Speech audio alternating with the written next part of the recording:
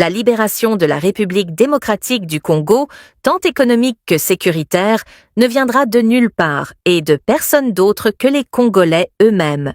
En cette dure période d'attaque de M23 soutenue par l'armée rwandaise, de plus en plus de gens, notamment des autorités congolaises, attendent des réactions et sanctions de certains pays et organisations politiques internationales contre le Rwanda.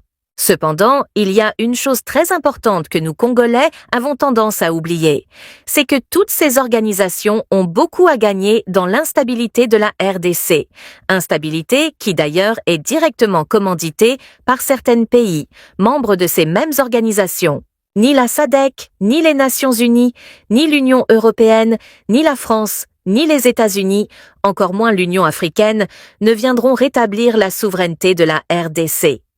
On entend des dirigeants et citoyens congolais se plaindre en s'étonnant de l'inaction de la communauté internationale vis-à-vis du Rwanda, d'autres revendiquer des sanctions, et pourtant jusque-là, rien.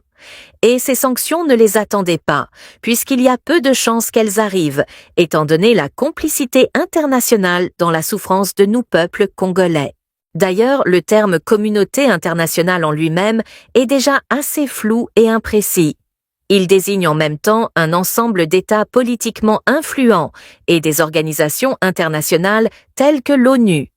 Regardez à quel point ces organisations se moquent de la RDC en condamnant, le terme qu'ils aiment utiliser, en condamnant timidement les agissements du Rwanda en RDC.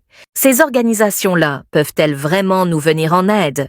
Lorsque le secrétariat général de la francophonie est attribué au Rwanda, sachant qu'à l'époque des rapports des experts de l'ONU affirmaient déjà l'implication du Rwanda dans l'agression de la RDC, et la RDC étant le plus grand pays francophone au monde.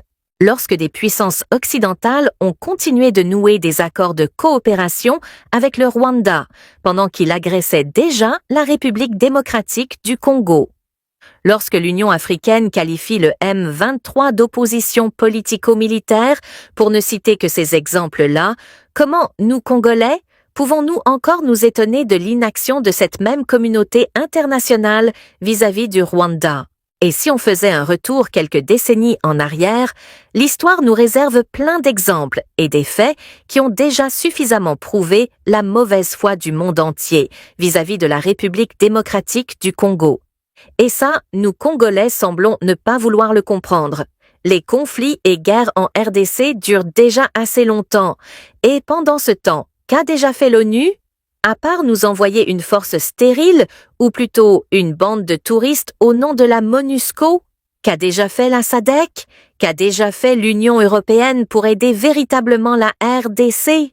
Qu'a déjà fait l'Union africaine?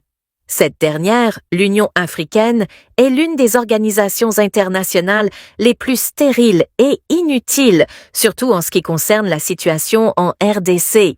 Connaissant tout cela, on peut se demander pourquoi il y a encore certains dirigeants congolais qui espèrent trouver la solution auprès de ces organisations internationales. On peut marcher et manifester des milliers de fois pour monter notre indignation à la communauté internationale. On peut se plaindre des milliers de fois à la tribune des Nations Unies et auprès de son Conseil de sécurité. Mais au final, on obtiendra le même résultat, l'indifférence ou peut-être un semblant de compassion, voire de la moquerie. Vous êtes Congolais, citoyens ou autorités, et vous écoutez encore le contenu de cette vidéo. Oubliez la communauté internationale, oubliez les Nations Unies, oubliez la SADC, oubliez l'Union africaine, en ce qui est de trouver une solution durable à nos problèmes, tant économiques, politiques que sécuritaires. Continuons de nous plaindre. Mais sachons que tant que nous, Congolais, ne nous y mettrons pas sérieusement, notre pays restera le même qu'il est actuellement, et peut-être même qu'il deviendra pire encore.